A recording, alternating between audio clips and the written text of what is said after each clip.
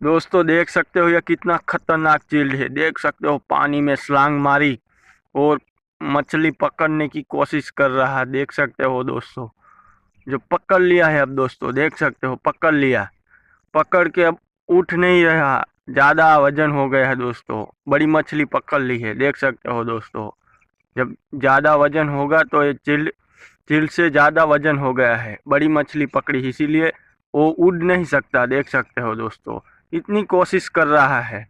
कोशिश करने की कोशिश करने वाले की हार नहीं होती है, तो चील यही कर रहा है। देख सकते हो दोस्तों, यह चील से कुछ सीखने को मिलेगा दोस्तों, कि कोशिश करने वाले की हार नहीं होती है। देख सकते हो कितनी मेहनत कर रहा है, क्योंकि उसको खाना भी जरूरी है दोस्तों। अब उसने पकड़ा हुआ शिकार तो छोड़ नहीं सकता है, कुछ भी करके उसको वो शिकार लेके खाना तो पड़ेगा।